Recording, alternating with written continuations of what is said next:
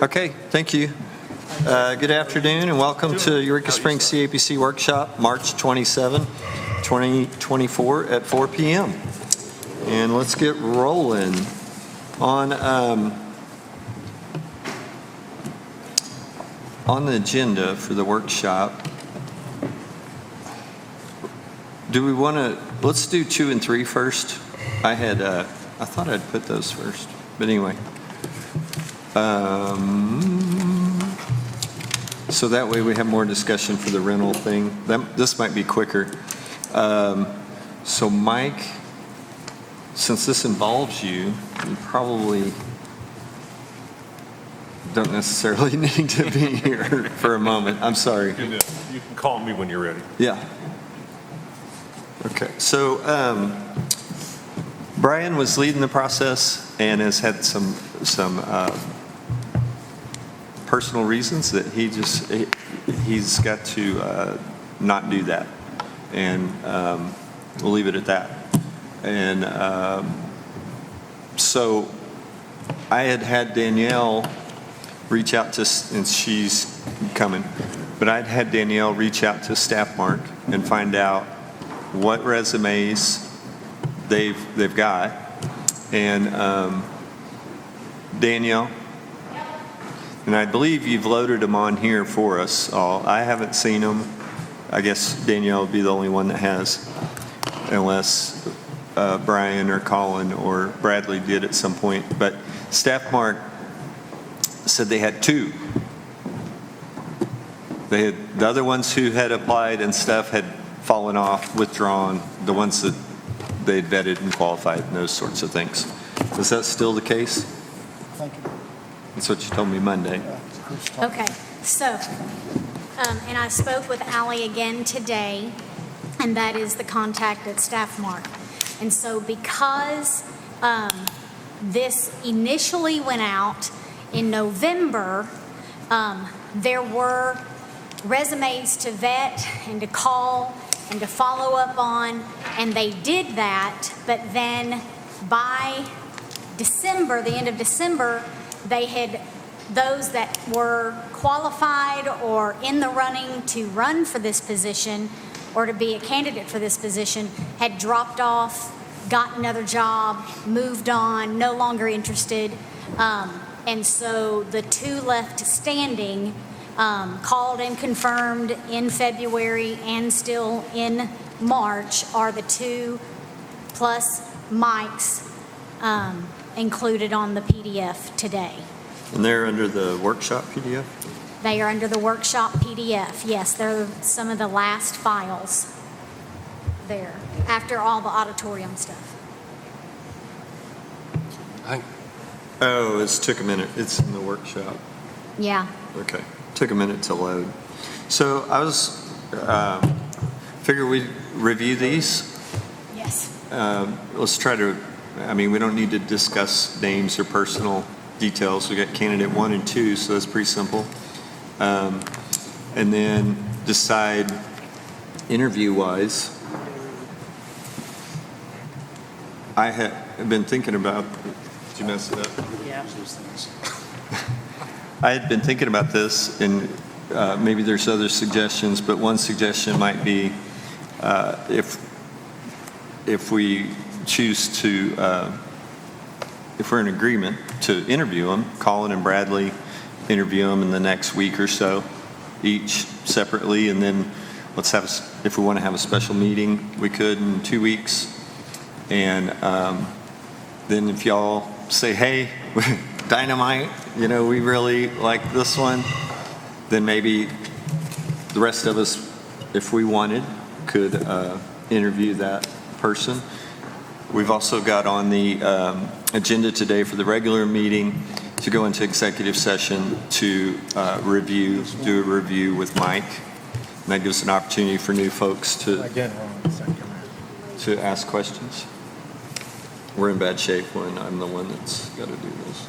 So are the 2 candidates that have applied, have you reviewed them? Do they look like they're? I haven't. This is my first time. Well, now I see who one of them is. Candidate 1 applied before. So these have only been, they've Has been applied for vetted other as things. Staff Mark was tasked to do, Yeah. according to our job descriptions that were posted. I still can't get them. Help me. Well, so Mike's in here, but is there a candidate 3? Is that how you did it? Yeah, there's, Was Mike third or he was Correct. third? Okay, so he's no secret. Is So it what? this, you just click on. It takes a minute for the, yeah, the internet is bottom? running They'll slow load, today. it takes I them don't a know. minute to load. It does take a second to load. Yeah, you'll have a blank page and you gotta wait. Okay, maybe I'm talking, these are the same two, yeah, I've looked at these before. You've seen them. Some kind of rental. oh, okay, yeah. Candidate 1 has applied before for things, and then I'm not familiar with candidate 2. Candidate 1 is Susan? What do you call him, candidate 1? Yeah, Susan. the first one in order, numerical order. Why this popping up? Okay, sorry. It's like every time I move the page, it all goes blank again. Then read for those. Come on.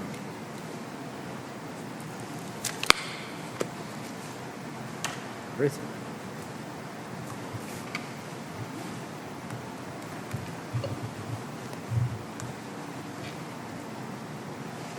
So do we know anything about candidate 2? Candidate 2, according to Staff Mark and the conversations that they had a director specifically assigned just to our job description and vetting and making sure they had good candidates. Candidate 2 was incredibly impressive to them in conversation, is willing to move here on their own dime, just married, looking to relocate, has a very similar position, has, as you can tell on the resume, long-standing at his current place, and they're just ready to relocate if given the possibility to do so. We looked up socials. They said their socials looked clean as well. Okay. Because, What do they mean by clean? well, you know, no inappropriate, tasty, juicy, No one hanging. professional. No one hanging in a tree. Okay. Wasn't on the register. It matters. Dave, If you didn't know, note it. So I think these candidates are viable candidates, so I should go ahead and move forward, I think, with the interviewing.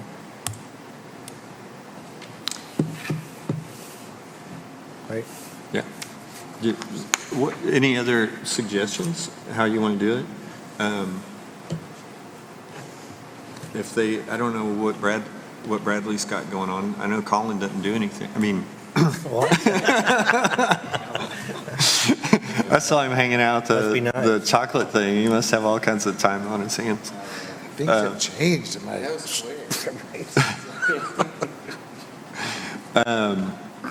Yeah, I mean, if y'all want to, and we could try to do a special meeting a couple weeks. Yep.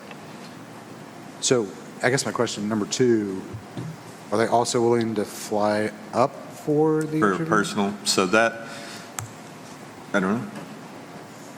I But think- maybe they do the phone for Skype. A Zoom Skype. call or something? Yeah, I think Zoom. Zoom. is People use fine. Zoom now, not Skype. I don't know, whatever, same thing to Yeah, me. it's a lot cheaper than a flight. It's- Yeah, This Athens wanted to put a lot of money out for a job possibility.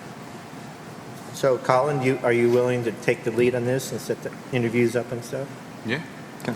Yeah, You need to interview them separately, so, Right. Yeah, I mean, that's pretty easy. or you have to hold a meeting, Yeah. a special meeting. So we'll just put that ball in your court and you Am I Yeah. supposed to interview Mike as well? Well, we're going to do, so we're all going to interview type deal. he's asking when Th- the interviews this too, you meeting. should interview Mike too. It's like, yes. Well, that's what we're doing as a group, though. We can do that in executive session with this review. I think they should interview all three. Okay. And then bring them to us with their Yeah, feelings that'd be- about it. 'Cause Okay. He should be asked the same questions the other two are asked. Okay. He inherently has a different thing. He's on the job, but I He's got an know, advantage, for sure. right, Fair. if it makes you feel good. Okay, let's do it. Warm fuzzies then for Steve. Very impressive how much you can. How much I care? I do. Okay, What are we thinking about for a date for the meeting? Yeah, sure, go ahead and say. yeah, so if we need to, Put myself a deadline. Or maybe you think you could do this within 2 weeks, interview them? Yeah, I'm sure if they're looking for a job, they'd rather do it sooner than later. They're waiting. Okay. So, patiently. Yes, Very they're ready. How about April 10th?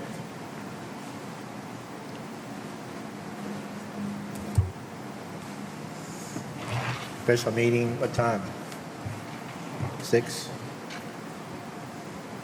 can we do 5? I don't work. 5. 5 work? Heard that. 5 on the 10th, or 4, 5? 5 on the 5? 10th. Does that work for everyone? Yep. Works for me. Is that enough time? It's 2 weeks. I think so. So, Did you say 5? okay, so if they anybody's too interview, slow to get back to me, that just is telling on them. So so if you guys really like a candidate, well, stronger, very strongly, so do we want them to like communicate that to, because then we're gonna, To us? then to David's point, do we get to that point where we want to fly someone here, that kind of deal? How's that look? And then how much more time does that take? I'm just trying to think ahead. I mean, actually, after thinking about it, I think flying someone here is ridiculous. Just do a Zoom meeting. Yeah. Well, but I think we should take one step at a if time. you end up, okay. Take one step at a yeah. time, see what they think. If So one of let's these do the candidates first is really strong round, and candidate, if they might. we feel Right. like we need to. I'm talking about after that. Right. We would, if we were real serious about a person, we would want to meet them in person. And you'd want them to see here too. Yeah. I mean, from Florida to here, that's, They hired someone from Florida Yeah, and they before want too. something on paper before Something to they think about. started moving their whole life around. So Speak, Yeah. hey, speak directly into the mic so that Right you're here. picked up. they'd like to It's Like not this. There you go. make sure Yeah. they had some paper signed probably before they uprooted their life too. So flying them out here would eventually be a option if it got to that. So Is your mic on? yeah, April 10th, 5 p.m. Okay. 5 p.m., April 10th. Got it. First, the practical look at this is Mike is the bar to beat. Is any one of these candidates you think will be better than Mike? Right. So, and then if it's not, then that stops there. So. If they can't, right.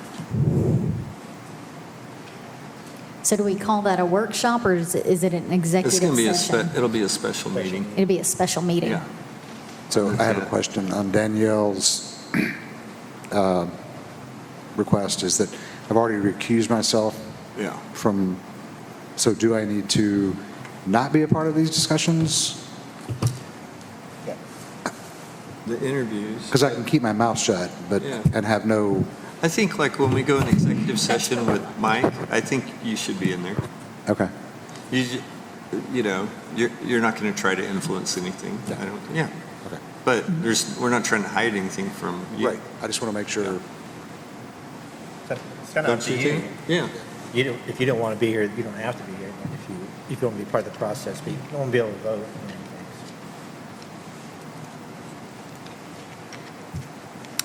Okay. I figured that would be the shortest piece. Any other discussion about that? Let me go get mine. Yeah? Awesome. You want me to go get Mike now to Sure. talk about odd? Yeah. They just call him. Say call him, but you want that. Bradley was called out of town. Oh, okay. So I put the auditorium rental structure on here because there's been lots of different things that have been done in the past with the odd. And we'll see what the group thinks. I feel like we need a very formal policy on it. Yeah. I don't think there should be much wiggle room with, people wanting to rent it and, do this rate for you and that rate for this. And, if it, there needs to be some really good structure there. Agreed. Yeah. I mean, it's just like a catering menu almost, we need to have something that's, Right. this is what it takes to have it this long, for Right. this level, whatever, spell it out clearly. Our rental rate was $3,500. Well, it says $3,250 on here, but I thought it was 35. No, the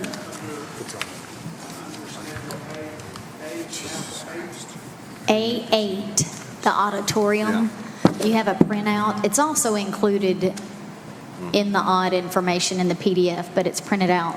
Well, that's just your income, right? That's your statement.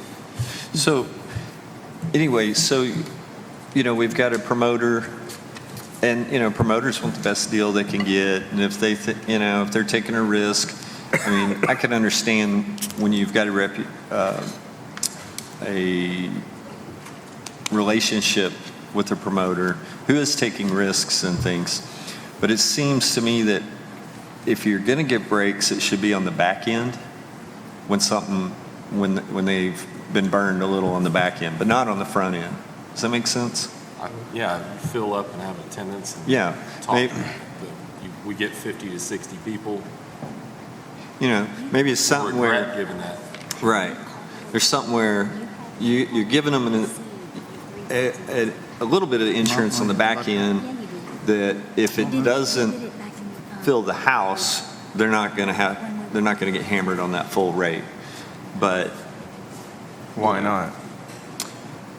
well, because to get them to take risks, the promoter. So go ahead, Dave. I guess my question is, has someone been burned? Is something going on? Oh, so maybe it's the wrong word. Burned. I'm just saying by the ticket sales. Let's say, Old Crow Medicine Show, packed house. No, you shouldn't have gotten a break on the front end, and you might not know what that sales is going to be on the front end. So then, what's another show that just recently did 500 people? Los 150.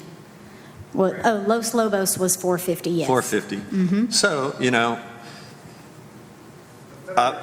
St. Patty's Day, 187 tickets. Correct. That was Ghost Town. $3,000. right. So, but Los Lobos is a good example too. For almost half the amount of ticket sales, he's taking risks with a bigger act, I assume, a little more expensive than maybe the St. Patty's, and I would almost argue that we're taking the risk. Like when we do a show and we only get 150, we're taking the risk because that's an opportunity that we could have had somebody that filled it up. So that's that's really difficult. I to understand that, but that's what we want, right? We don't want 100 people shows. It doesn't do any good. It's labor intensive. It's time. But we're not doing them. I know we're not, Yeah. but we do have CAPC employees that are here for the events. Well, that's part of that fee. Yeah. Right. Well, I just think, the better of my personal opinion is like Old Crow Medicine Show, they pack it out every time they're here, and we know that. Yeah. And so the break on it and Shouldn't be. should be at the end. You fill it up, you do your work as a promoter, you Yeah. promote this thing, you fill this room. Yeah. And if you do so, we'll give you a break. If you don't, you didn't promote it properly. Oh, I see what you're saying. I mean, it's up to them. We're the venue, they're the Yeah. promoter. So we're talking about just giving them a break as to entice them to show up. I'm sharing my thoughts. We've been all over the map in the past. Yeah, I don't know, I would rather see us, when we use the venue, it's a great turnout, and that we're not tying it up and for ones that just aren't. How many promoters do we have now? Well, we have one main one. Now, there was these other guys, I think they've backed out already. No? They haven't backed out. They're bringing in Ian Moore. Okay, For 'cause the I guess my Blues. question, I agree with Brian on this situation, is that, a promoter promotes and they take on the risk and the responsibility of putting on a show. And I've heard it from, people around town. Sometimes they've never heard of these people, so they're not going to buy tickets, as opposed to screaming radishes or whatever you. Right. Cabbage head. Yes. So, yeah, I agree with Brian. I mean, that responsibility lies on the promoter, not on us. Yeah, So there was two schools of thought Oh, presented. there's more than two. There's truth in that. The two that have been the debate is y'all's stance in that we are the venue, it's your job to promote. Two, we just need the odd to come alive. So rather that is including trying to bring awareness that we are here, the charm of this venue, letting the word get out to the promoters and building it into where we can say, hey, we are a distinctive venue and this is our price and you're taking a risk to fill up our seats. The difficult thing is the amount of seats we have. Yes. It really I don't limits think we have the enough. economics. We're under Huh? 1,000. I don't think we have enough. So Right, like, exactly. My deal is in when we're doing, and I was at that show, the last one that was like 150 people, and glad I threw my 2 cents in. But if I'm a promoter and you're a venue and you have events that only bring 100 and 150 people, I'm not coming to you. But if I'm a promoter and I see the events that you're doing and you fill up, you've attracted me to it. So I think that some of the problems that we're having, and don't get me wrong, I love that that was a local band. It was great. But it doesn't look great if I'm a promoter. I agree with that. I Oh, wouldn't yeah. want to come. Well, those were promoters, right? From That this- wasn't us. Correct. They were trying to make something work. I mean, They didn't get it done. yeah. Oh, you're right. Yeah, so I don't think, I agree with you, no brakes on the front end. And if you don't fill it up, it should hit. It should make you want to do it better next time if you're going to come back. Or if they're those promoters that they're relying on the brake and they're doing it just because they can, that's not benefits the town or us or this building in any way. So where I'm coming from is thinking more about our main promoter than other people. Yeah, same. Damon? My turn?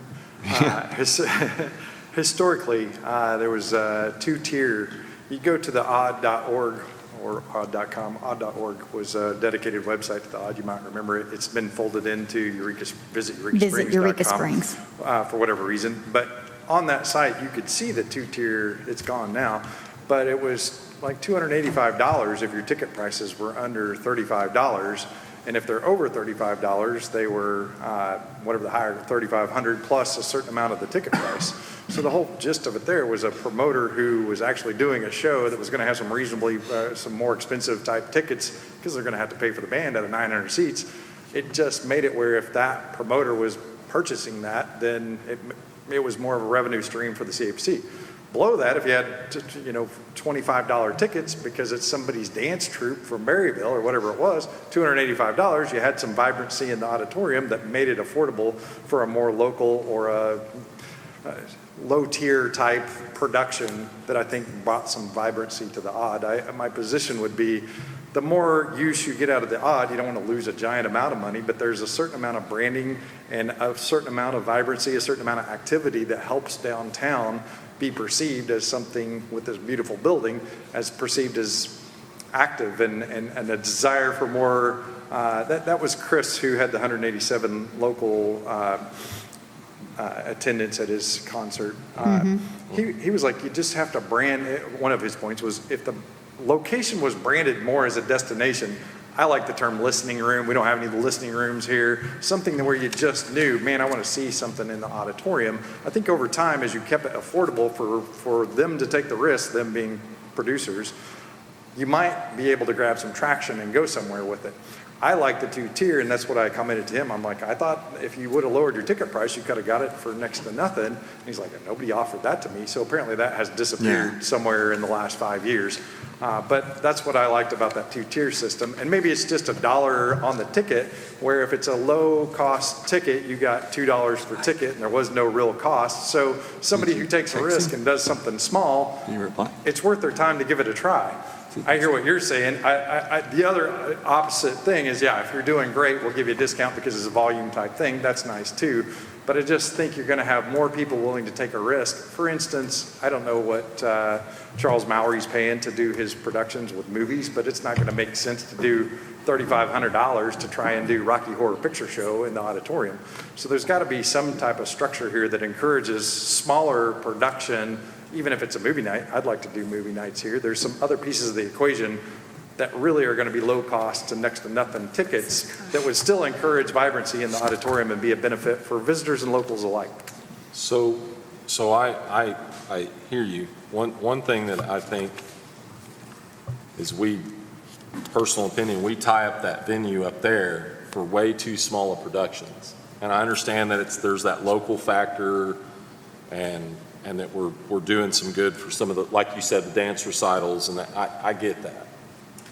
But I also believe that down here, this room, that would be more what we would do for those. I think if you're not filling up 600 seats up there, you shouldn't get that. If we're going to make that the stage and do it the way it should be, and do it well, the days of when Ray Charles was playing and Old Man Curtis, they killed it. You know, they fill it up. We could still utilize the building. It doesn't have to necessarily be up there. And another thing, I don't know, I might just be thinking, and I'm just thinking out loud, but every time we do an event, we're taking a risk of somebody being injured, doing anything, just as liable with 100 people as we are with 900 people, that something can happen. And that's the risk factor to me plays in, because the gain is nothing. It's not. I mean, you can look at it however you want, and it helps some locals out, but what does it do in the big picture? Big picture, the big shows, that's what does something for the town.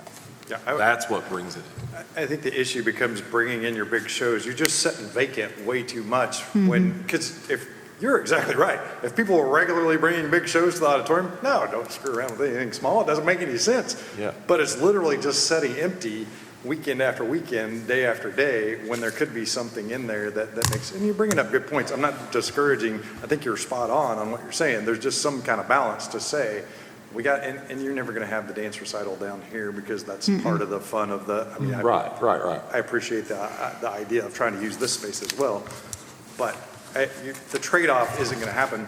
Oh, here was what I was going to say. I've seen from being on the CAPC before, the amount of money that can be lost on a concert if it's not well promoted and well advertised, and the CAPC more than once has stubbed their toe in a big way. The last time when I was on the commission, or maybe just off of it, it was Little Feet came to town and tagged in with Folk Fest. They just happened to be coming through, and it was too late. There wasn't enough advertising, and it wasn't expensive, $30,000, something like that, but that $30,000 went right out the door.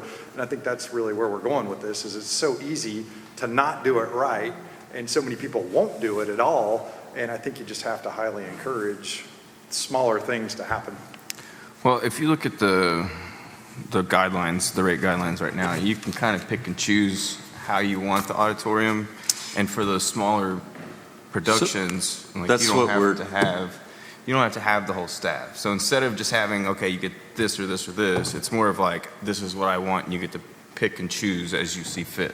This is what Mike has put together. Yes. So and we need to I would suggest we need to formalize something. I got And you. I've been working with some people in town, or talking to a bunch of people in town about the auditorium and the events at the auditorium. And there's a fine line you kind of have to walk, it seems like, with what happens here at the auditorium specifically. We want Old Crow to come in because we know that they're bringing people into town. We don't want these $150 person tribute bands coming. Not saying anything bad about tribute bands, but I'm just saying in this specific instance, it didn't really do what we want the CAPC to, or the auditorium to do for Eureka. That being said, like, we need to set, I think, more of, like, I think the rental rate, all of that is already enticing. This is a huge space for, Right. look at a wedding venue. They pay more than $3,500. I don't care where you are, it's more than $3,500 for a wedding venue.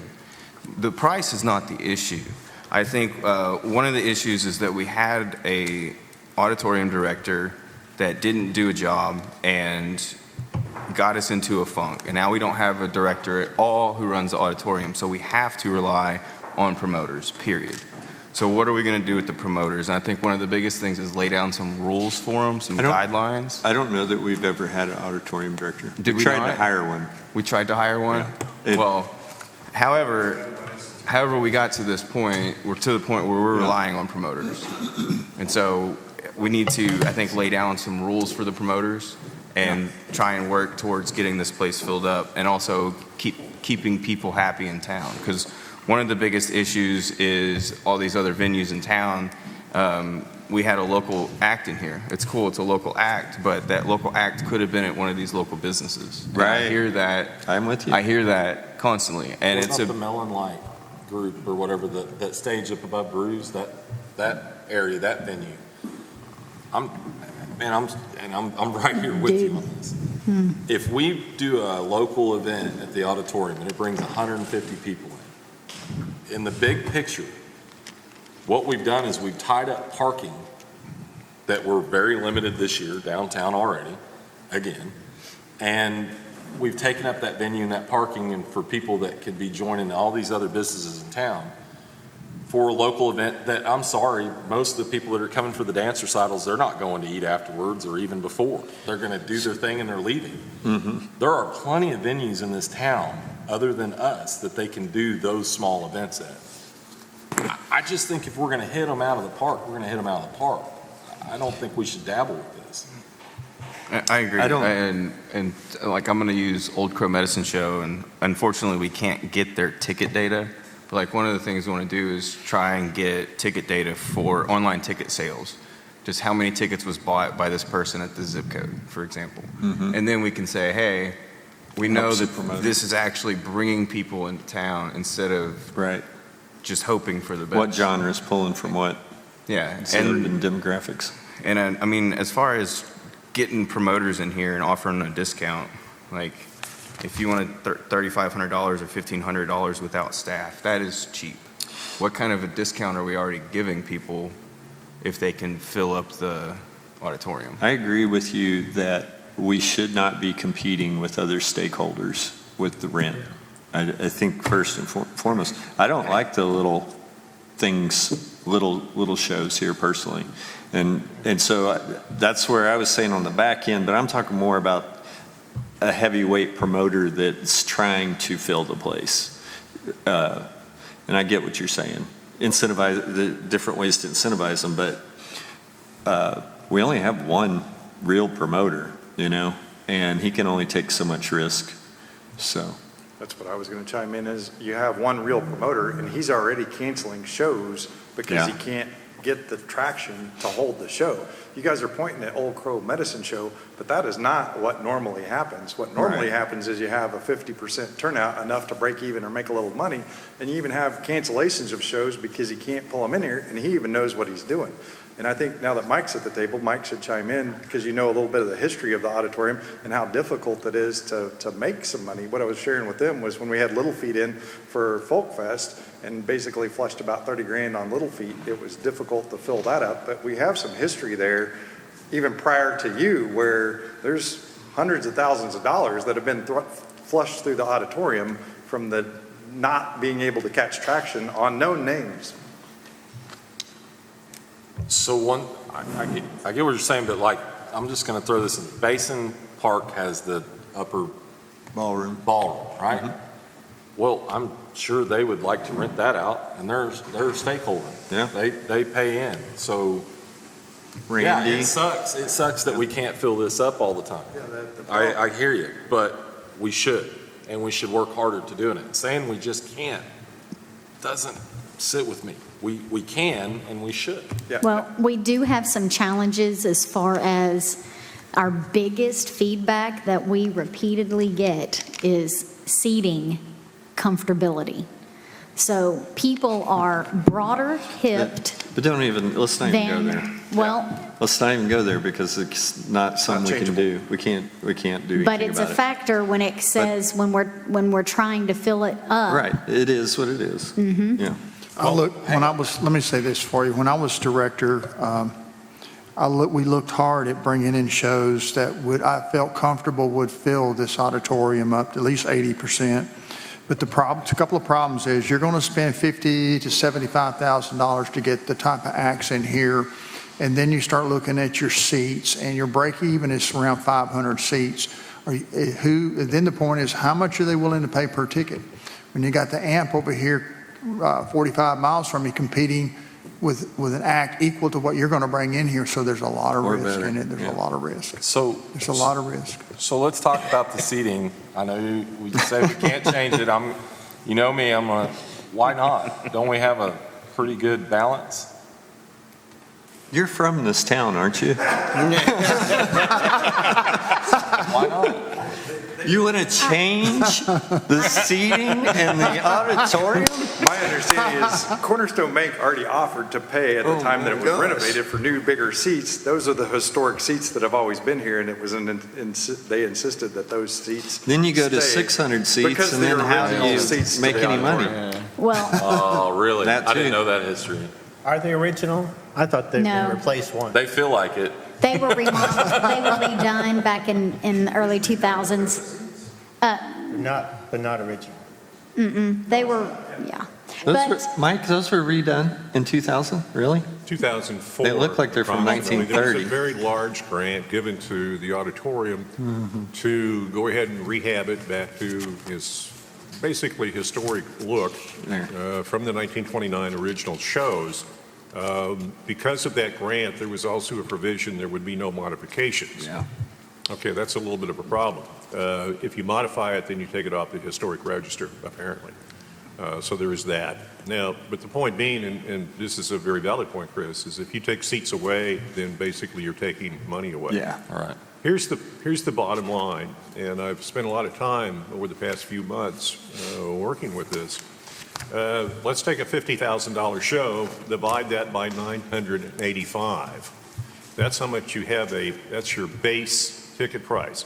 That doesn't include anything in terms of the amount of money it takes for the ushers, the security, the electricity, the promotional aspect. You're talking about a band that costs $50,000. $50,000. And then 45, yeah. put another 10 to 15% can't on top of make- that, yeah. and then that becomes your ticket price.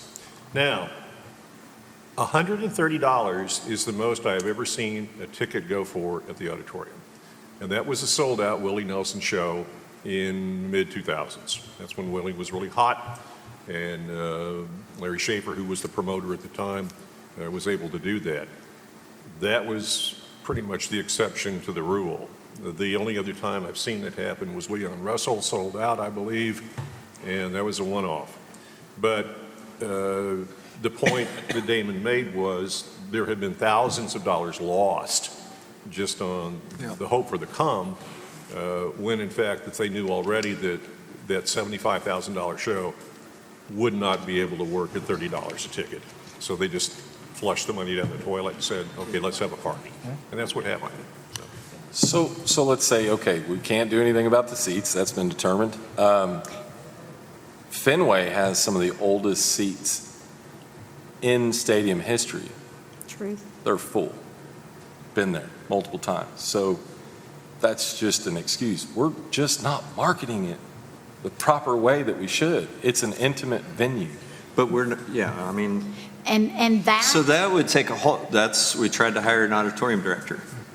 That didn't happen. There's, a whole lot behind that. But that would be the direction of what you're talking about. We're not, Yeah. we're not staffed to promote and do shows like that unless we hire someone. And I totally Fair? get it, because and I agree, because it takes some time to really get how we want to promote this venue. Because now we are also competing with Lampe, who has some great concerts outdoors, and then Johnny Morrison's new place that is going in on the way on 86 up to Branson, and that's supposed to be the Springfield's next. got a. That's 20,000 seats. I have a quick I think question. where we're at, let me just say this. This is a very promotable place, if in fact we are able to promote it, and you want to promote it. The other part of that is how much do you want to go ahead and put up front to try to bring an act in independently, or do we only market to promoters? See, promoters they're a rare breed, and there's ones that are willing to take the risk and some that are not. And you have to just take a look at where Eureka Springs is on the dock for the routings and how you route from Kansas City to wherever, from St. Louis to wherever. Yeah. I think that the Lampe, the AMP, Springfield, Johnny Morrison's deal, that's good for us because they're bringing acts within a 2-hour drive of here. Mm-hmm. So do they want to make a little extra money playing a show before or after? Do they have some days? I mean, And that's how Larry operates. Isn't He that- tries to catch them en route. I think that those around us will benefit us, and I just think And competition. those are all outdoor venues. We have a very intimate indoor, not a bad seat in the place venue. It's very promotable here at the Odd, but we need somebody with a consistent eye on those acts to go after them and tell them that we're here. So our discussion is expanding, which is good because there's a lot of discussion Yeah. behind this auditorium thing. But the focus was really to look at the rental structure and what the commission wants to formalize on that. The only thing I was going to say is I'm not trying to it's an every 4-year stymie. discussion. This exact discussion has happened many Yeah, times. yeah. And what we talked about, it always seems to accumulate into, if we would take $300,000, give it to an auditorium director, let them bring the high-quality bands in with a marketing package that would allow them to continue to roll that forward, you never have to make money in the auditorium. You just have to get your money back every time. And that was actually what, really, when Mike was leaving and we had Andy Green, that was kind of the page that we were headed to, and it's where Andy at the time pitched he needed $100,000 just as seed money to really get the pieces of the equation going, and then say $300,000 to be able to fund that actual staff, et cetera, that moved it forward. So exactly what you're talking about has been talked about before. It's just a matter of setting that money aside and saying, this is all you get. And you can lose money if you do it right, because if you look at it as you find the right influencers. Today with social media, the influencers. That's kind of what I was going to bring up. Oh, so you said that the Odd website doesn't exist anymore, or it just forwards you to and it's set up in the visiteureka-springs.com way? The or is it Odd set Odd up- has a page in the visiteureka-springs.com. Was that a Paradise thing? Or Yes. yeah. So, and as marketing liaison, I feel like I should know the answer to this, but I don't. Kind of how are we marketing the auditorium versus Eureka Springs? Because whenever how are we finding our promoters? Are we out there asking and actively looking for promoters for one thing. That would have been part of an auditorium director's job description, is working with promoters, depending on how you wanted to do it. But that was discussion before when we were looking at hiring someone, was that would kind of be their focus, trying to lure, trying to attract promoters to take the risk and things like that and work with them. So, but I don't think there's So this much second, effort at this point. I mean, Mike's interim, Scott was basically interim. I mean, there's only, you get a staff of 3, there's a lot going on. We have a lot of people that want to play the odd, I'll tell you that. We get 2 or 3 a day, wanting to come in here. And of course, there's a lot of acts that you hear of that you really don't know about because they're out, shopping for whatever they do. The best recourse is to go ahead and work with a talent agency like William Morris and suggest that you have a venue and that we would like to really work with them.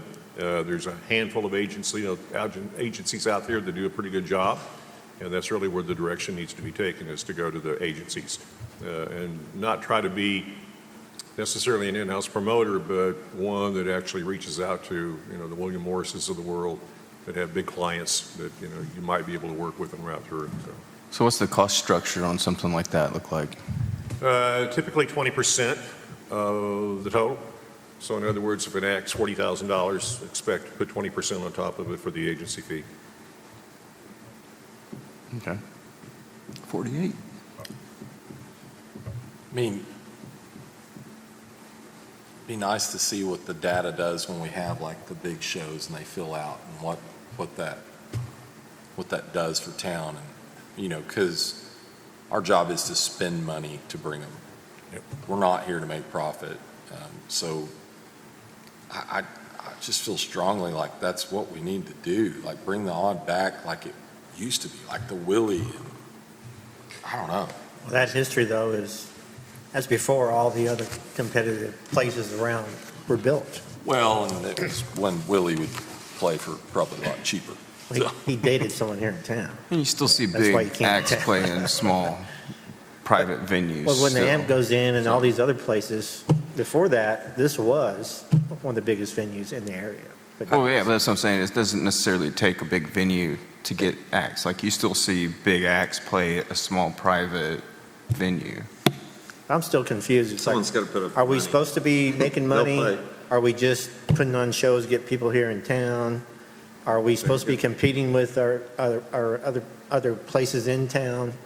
Putting on a concert so no one Well, goes to their I mean- music venues? Our other places in town can't fit somebody that's going to hold 900 plus. Right. We're the only venue. What So other if we're businesses- booking shows that are doing that, then we're not competing, we're benefiting. Right. But But if we book the 100, 150 people shows and Yeah. we take away from local, then we are taking away from people that put into this. We're learning a lot right now, and in fact, it's interesting. We've started looking very closely almost every day at Polestar. Polestar is basically the charting organization that tracks everything that goes on musically in the globe. And we've started taking a really close look at the average gross of shows, average gross per entertainer. And that gives us an idea of what the average ticket price is. And you can really go down those charts and take a look at how they're touring, where they're touring from, and then how to maybe go ahead and attract that agency. I think if you would allow the CAPC to go ahead and endeavor into a little deeper discussion with Polestar, I think we could probably go ahead and start making a little bit more telephone call contact with agencies around the area, well, I would say region or nation, to try to go ahead and pull them in. Polestar is a really valuable tool. I'm really pleased that we have it. Wasn't really sure how much we used it until just recently, because we started looking at numbers. We started finding out who would be potential. In this case, Larry Schaefer's asked questions, Chris and Todd asked questions. And then when we take a look at a particular act, and they're going, well, they're grossing $110,000 per show, well, that puts us out of the realm. But it could be a guy that's only grossing $40,000 a show, but the average ticket price is $35 in an 1,100 seat venue. If you can go ahead and find that person where they might route through, you could be booking later into 2025 in some instances. So it's a matter of shopping dates with a particular talent and then seeing how they fit into that routing picture overall. You just can't pick up the phone and ask for Willie anymore. But what you can do is you can go ahead and ask for a dozen different artists and see if you can route them in different ways like a puzzle and then see if one of them will hit. The one thing we have not done is country. We have not done a decent country show at this auditorium. I am not a country fan, so don't get me wrong. Yeah. So don't think that I'm out there looking for my guy or gal, but what I'm saying is I know that that's a huge audience, and we have not reached and touched them at all. I'm not a huge country fan either. I like old country, but I kept suggesting one night a week for red dirt country, because they've got a circuit, and it's pretty popular in the Midwest and stuff. But red dirt every Thursday, shoulder night, Thursday night or whatever.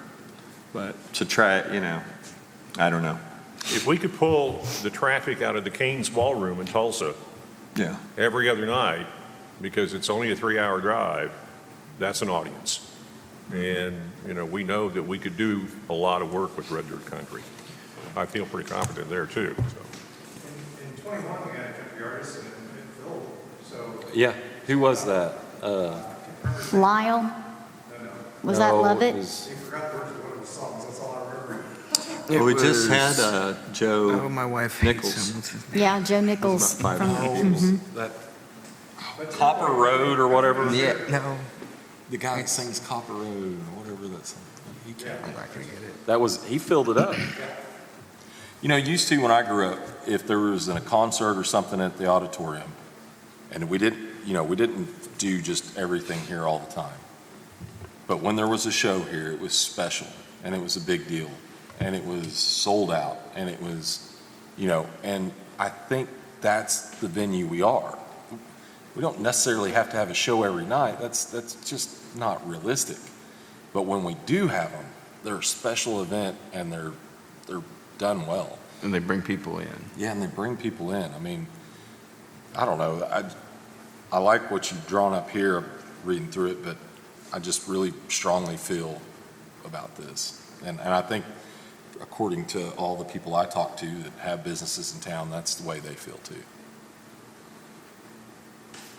Go big or go home. Yeah. So, on here it suggests rental with full staff 3,000. I thought we were at 3,500, and then it suggests rental without staff 1,500. That seems really cheap to me. To your point earlier, that seems to where we're competing. Like Randy, you probably can't rent that kind of space from Randy for 1,500, or Center Stage, or I think, and I had asked her, I haven't asked Randy, she said her rate would be about the 3,000. Auditorium. I mean, I charge 2,000 if someone wants to run Right. space, so. So that, me personally, I don't like the 1,500 without the staff. That seems way too cheap. Can we even legally do that? Provide space Nobody's for their ever, staff? Okay. I mean, I've been here a year and that's been offered and no one's ever gone that route. So They, then that might be the answer. It's not an offer. Yeah, because staff, I would assume staff members have to be here for legal purposes. So, at least some liaison. well, Yeah. definitely our goal this year is emergency situational training. And so we definitely, I wouldn't want to offer that to anybody. Yeah. It was there, but it's not a good deal, because there is no deal.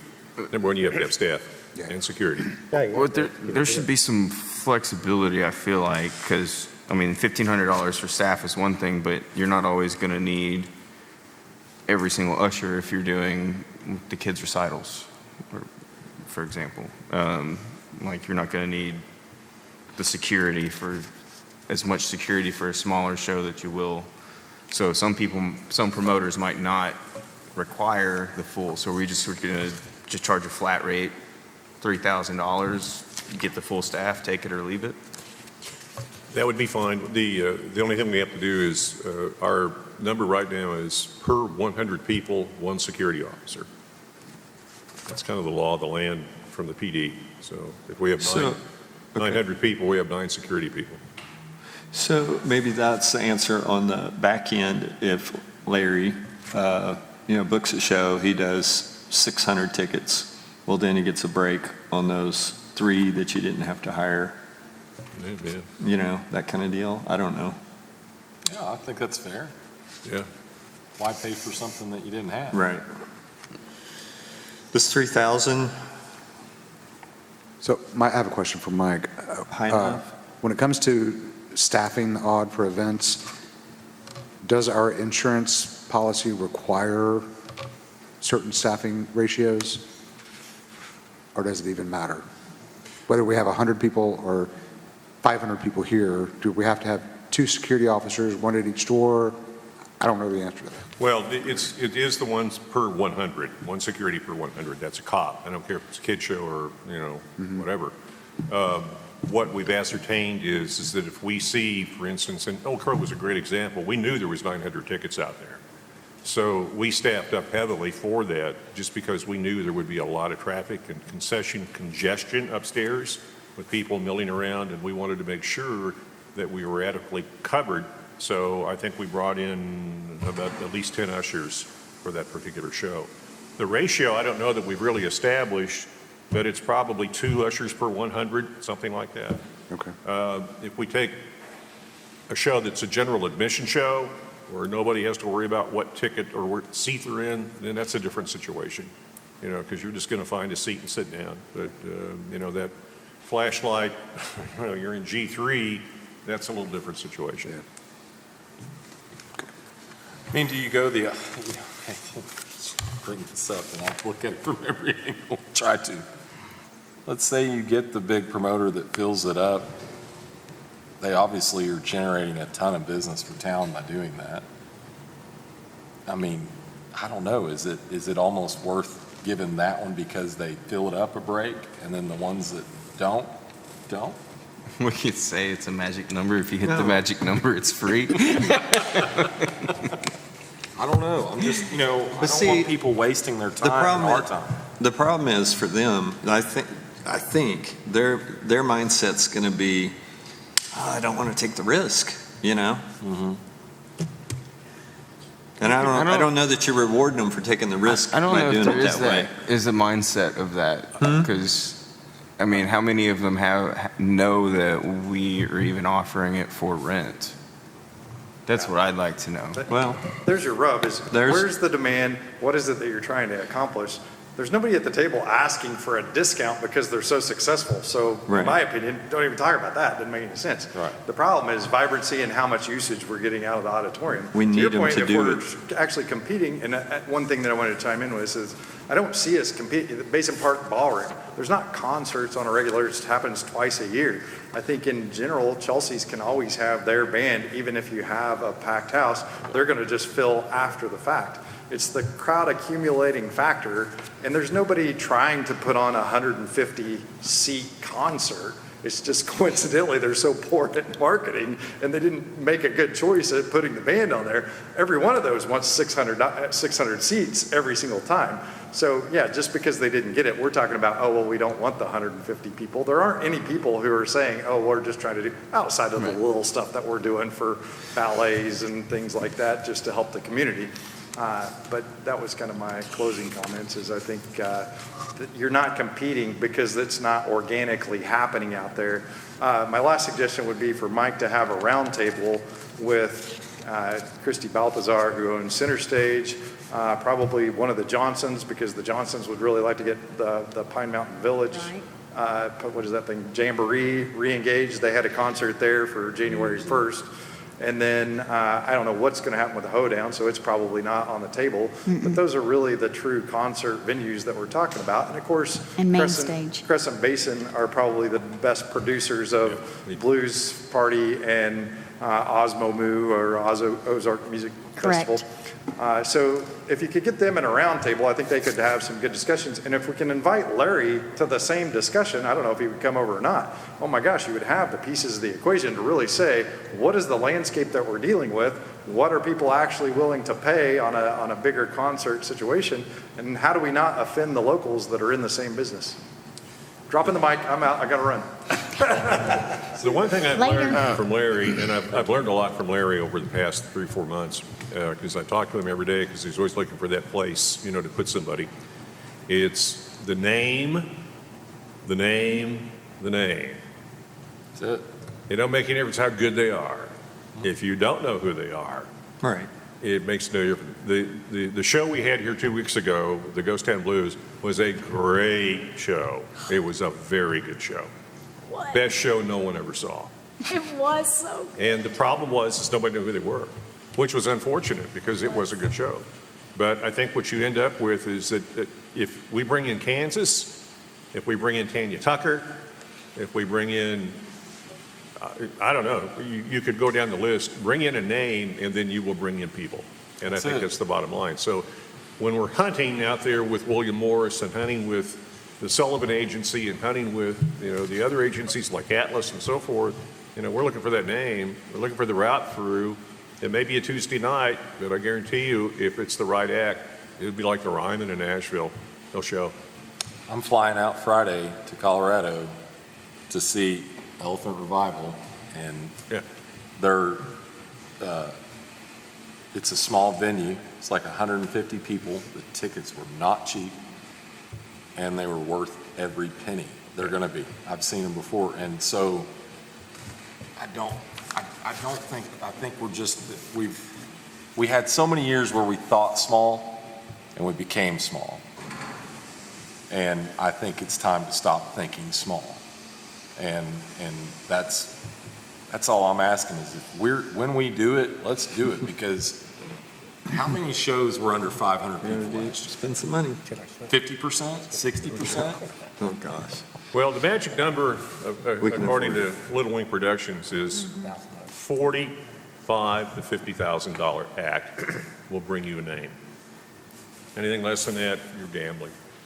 The problem is, when I broke down the math, you need to live in about the $30,000 range to make money with these seats and everything. To make money, that's right. Yeah. But So, we're wanting the town to make money. no, well, I'm just, as a promoter, or if we were doing it ourselves, it's like, 30,000. how much was, quite right, 20? Yeah. Yeah. And so like 30, you start calculating the ticket prices and what you're trying to do, and you're like, not in your marketing and all this. That's the problem why we don't have a line of promoters going, we want to book your place, It seems like no money for the 3,000, but it's the seating economics with the amount the bands charge, the name, to make it work. And so then we may have to, one option would, we may have to take some of that on the chin to get those big bands, and It could be that. It could be that. it's not an partnership. easy.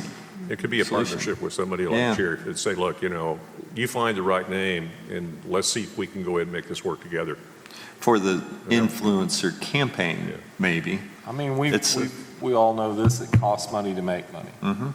And so we're in a pretty good standing right now to take some of these risks and get these big names. I mean, CAPC is, I'm not saying we want to that's to do it to continue to lose, but we might need to take a little bit and do a little bit of loss so that we can build this up to something. I think that we're at the point where we're going to have to share responsibility and cost with a promoter such as Little Wing, and they're willing to put up 30, we're willing to put up 25 to get the big name act in here. And we're going to lose, we're not going to make money, we're going to fill the town with visitors that are going to stay overnight, and that's what we're supposed to do. I think we're at that point that's how you're going to get a name act in here that we need to draw and build the town. That's what I think. I'm behind it. What's the worst thing they do? They run us all off the commission? I got more free time. I'm sure it can get worse. Pre-Bikes Blues was pretty fun. There's a lot of this, our new director is going to take a lot of direction. Yeah. And Yeah. maybe new This is ideas all and good. stuff. Or Discussion. with Mike, Okay. whoever. I love whoever put it on Facebook asking the town, what kind of bands do y'all want to see at the Odd? And I was shocked on the number of responses. It was hundreds of people.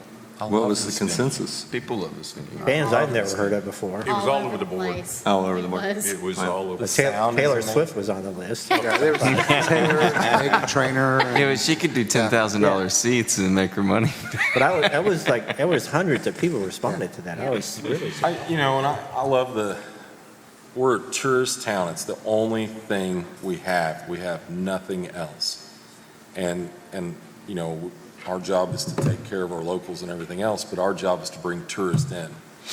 You know, the funny thing What do they about want? that is last St. Patrick's Day, and that was the night that Ghost Town Blues played, there was never a better opportunity to pack the auditorium than that Saturday. There was more people in town that Saturday than I've seen in a long time. And we could have filled the auditorium over twice with those people if we'd had the name on the front door. At 7:45, we opened the doors and said, it's a free show. Come on in. 6 people walked in. Of course, they were fairly well illuminated, and they stayed for a couple of minutes and walked out, but because they didn't have to pay, you know, why, you know, what the deal. But I think that we have the tourists in town, and that's our job. Let's give them something. Yeah. Okay, so back to the rental structure. So we should do a minimum and then plus a couple tiers for staff? Or are we just going to say you're paying for the full amount of staff, whether you have 100 people in here or 1,000 people in here? I would completely strike the one that says without auditorium provided staff. Yeah. I agree with that. Okay, so 3,000 or 3,500? 3,500. 3,500? So do we want to just nix the with full staff and just say auditorium rental 3,500, period? Because I think there's another page in here that says that the rental fee includes staff and janitorial and all that stuff in the contract. Yes, it will say that in the contract. Okay. There's a copy of what we usually do tacked on. So what about, so then,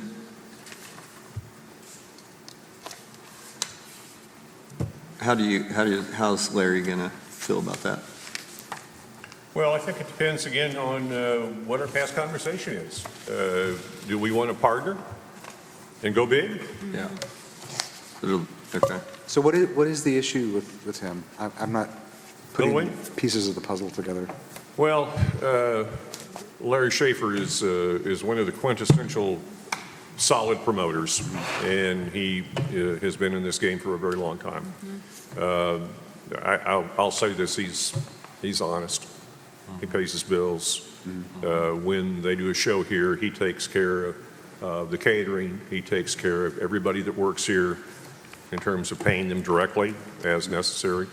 So he's just a guy that does a good job, and he is a Monday through Friday guy that sits basically looking for places to put talent all over the place, and he books all over the region, the nation, basically. But he likes Eureka Springs, and I think that working with him and giving him some more latitude is a big thing. And our conversations have been, we hit the wall at this $40,000, $50,000 just because, well, 985 seats, and he says, you got to do the math, Mike. He said, you got to add my fees on top of it, and the catering and the security. Okay? So if you raise that level up and we take part of the gamble on it, then we have a much better chance of saying, okay, Larry, book a $75,000 show. And then I guarantee you we'll sell tickets. And you're bringing them in, they're going to generate more tax revenue, which is more CAPC revenue. It doesn't have to be a $75,000 show, but what I'm saying is that you raise the bar, then you appeal to a better select group of people. And the other part of that is that you take a look at that other spectrum of cultural music, which in this case is country. Country acts are really pricey right now. The country guys are making bucks. They really are. And part of our competition, ladies and gentlemen, is casinos. Casinos gobble up the big ones. And if we hit a wall, we hit a wall a lot of times with a casino because they're willing to take a big risk. Okay, so what about on the back end? So that's a little separate conversation, like trying to goose him to get a big act, but just on normal business, we're saying no negotiations up front on the flat rate, right? Okay. How's he going to feel about that? It is what it is. Okay. Yeah. But we are if we don't use staff or something, we can deduct from And that. it's not just him, it's It just needs to be spelled out. we're not dealing with just Larry, we're dealing with a lot of different people, I Yeah. hope, and I just assume go ahead and say it's $3,500 to Acme Corporation. Right. It's the fee.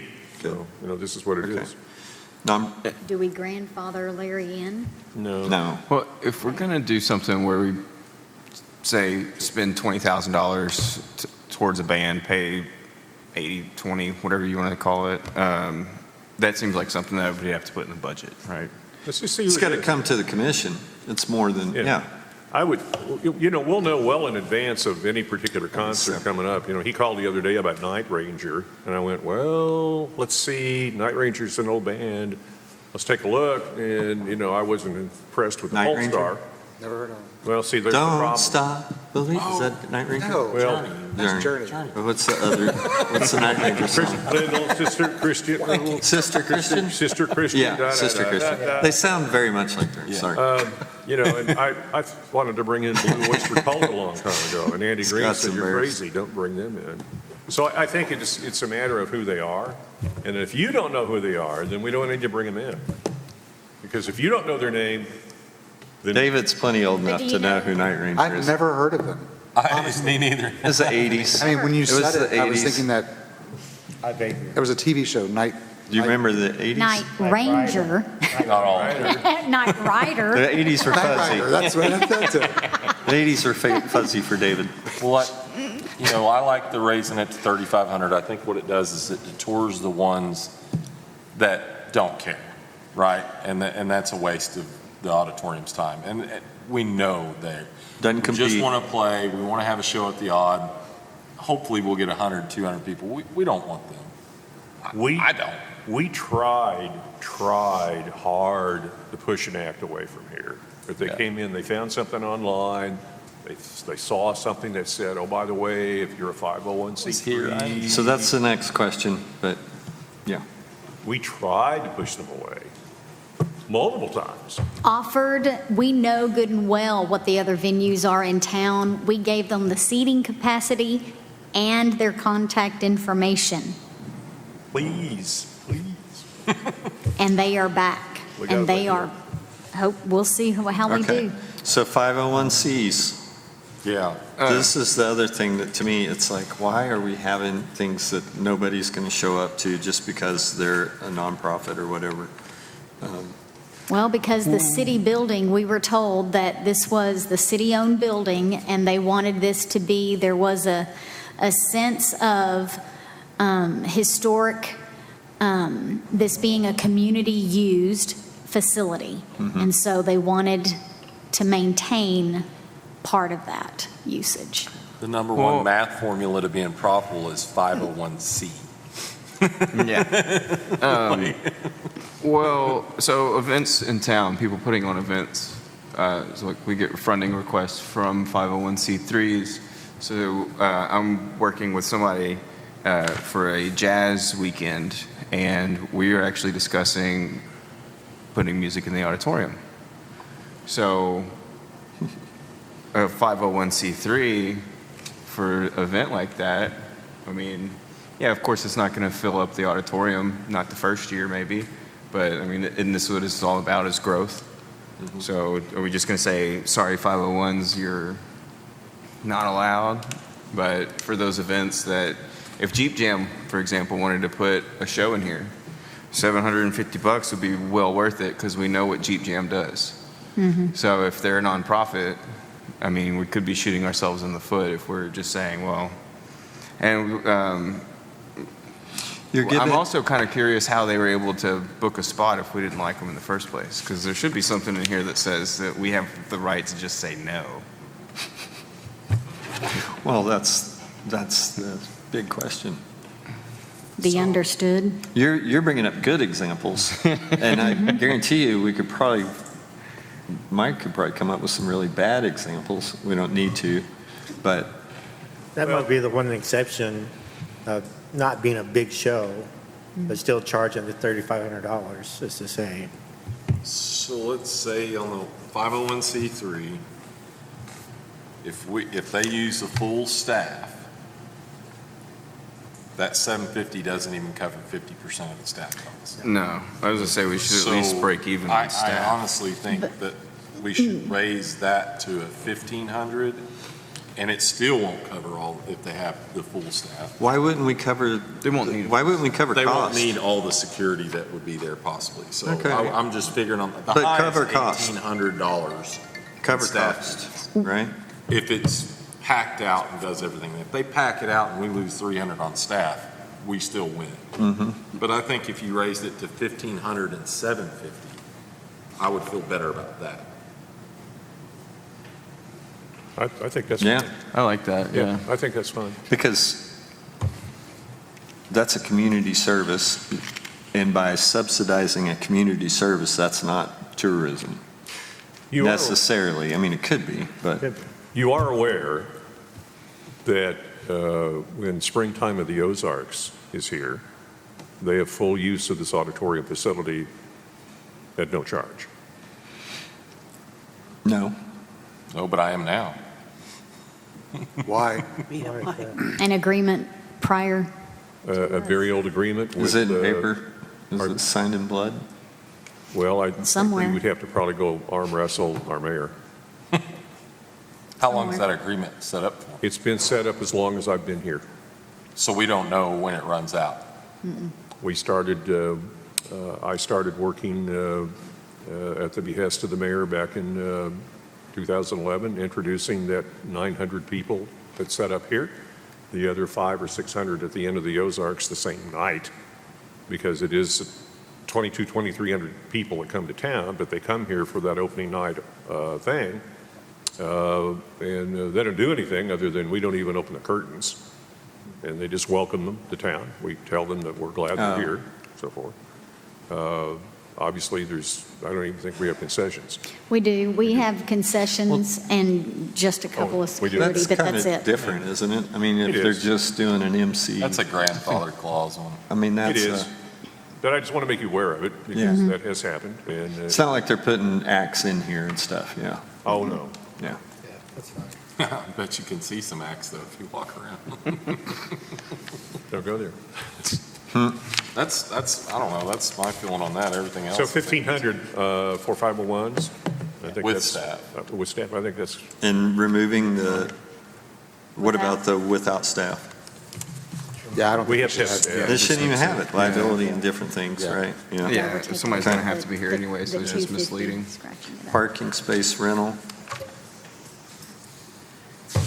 Yeah, we only do that when the acts come in and they need to be up close. but I'm just wondering if do you even need to advertise that? I don't know.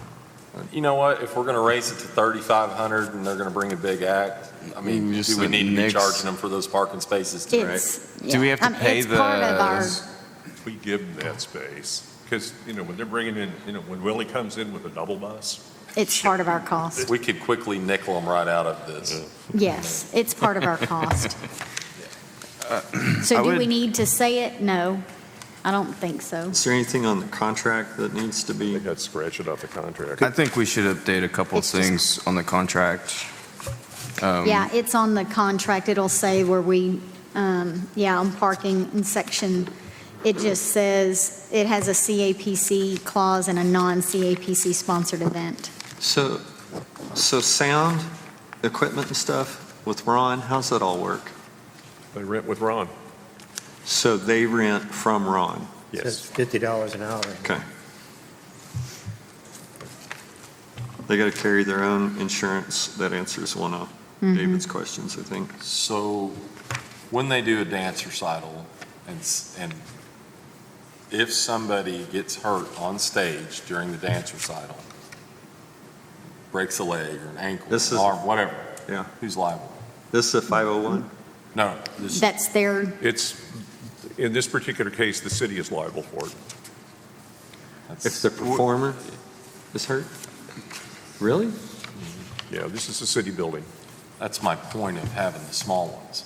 But they have to get their own liability. Well, let's put it this way, if something happens because of their staff, or they have one of their entertainers break their own leg on the set, that's their liability. But if we're having an event with the kids and so forth, not generalizing this quite a bit here, but we have tort immunity. But if there is, for instance, a worker, then that can be claimed as a workman comp situation. So, But the act, like if the dance recital here and one of the dancers gets hurt, if it's the we're fault of the liable city- as well? It's the fault of the cities, yeah. But they have liability that covers. You're requiring everyone to get a liability policy, whether a nonprofit or not, right? Okay. Yeah. So that should be involved. Now, if there's something that's the fault of, like, life safety from the building perspective, that's different. That falls on Correct. the city. If, let me put it to you this way in a really gruesome way. Oh, If there boy. was an emergency exit and it became, and Billy Floyd used this term, every man for himself, people get trampled, there will be lawsuits. But those suits will be filed against the city. They'll file suit against everybody involved. Yeah. That's what the lawyers will do. Yeah. It's a, it's a crazy mixed up world. Sue, anybody for anything? I'd like to see promoter data added here. I think it's kind of already in the ticketing section. All ticketing, sales, blah, blah, blah. I'd like to be able to have them give us data regarding their ticket sales and have it in the contract. That way they know that that's something that they're obligated to do. Good. That's good. And that way we can actually say, okay, these are the amounts of people that are actually coming to Eureka Springs from other locations due to their online ticket sales. Good. What are we doing now ourselves that we're funding? Like Fall Fest? Is it, or Folk Fest, I mean? Folk Festival. And so we have a budget for anything like that. We have a specific budget, right? Yes. And we've approved that, so, Right. okay.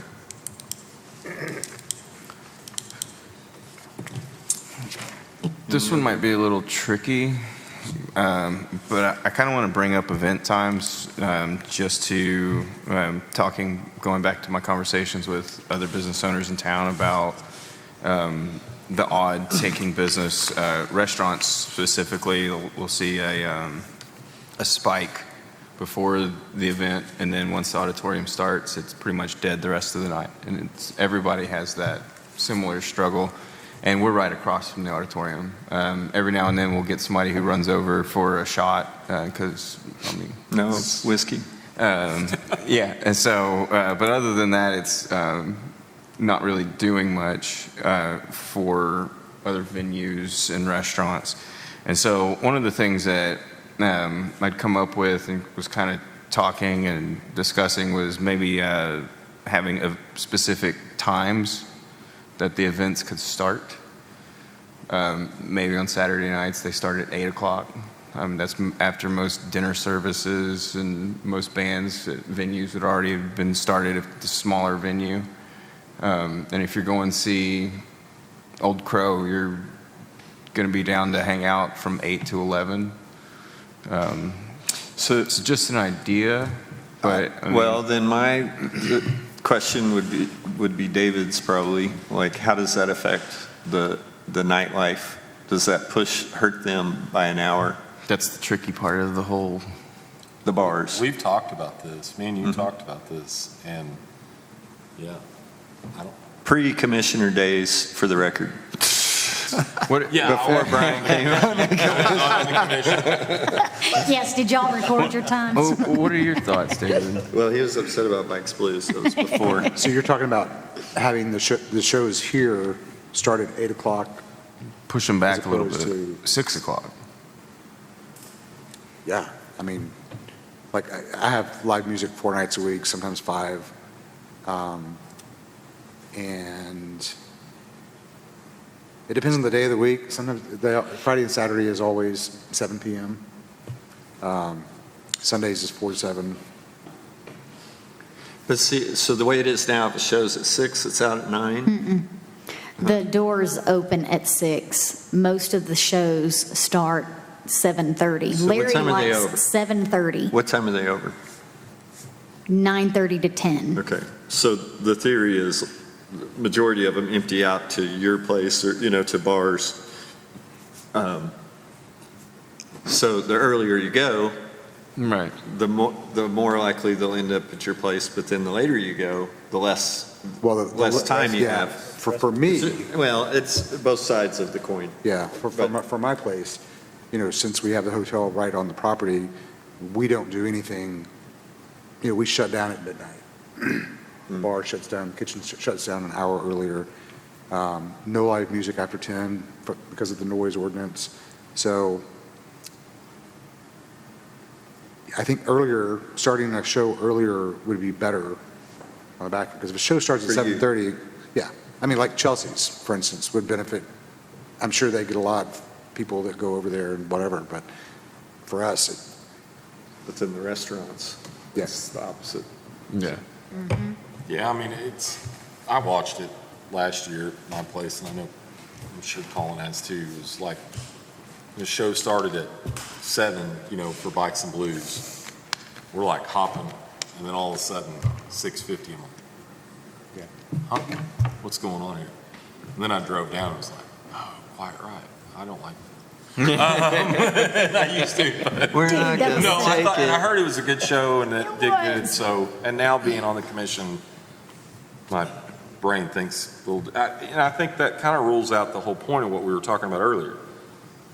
If we're going to do a show here, and we're going to do a really good show, we're going to get more people to stay more than one night. We're going to get them 2 or 3 nights. Yeah. And so I'm willing to, let's run it like we are, but make it a show worthy that That's they're going bringing to come people for 2 in or 3 town. days. Yeah. Not the day trippers. The day trippers kill us. They take up part, they're great and we've survived on them, but at the long run, it doesn't do anything for the hotels or anything. So I just think when we do the shows, we make them okay, and if I'm empty at 7, I'll know I'll be full tomorrow at 11. Anybody that drives 4 hours stays 2.2 nights here, Exactly. by the way, just so you know.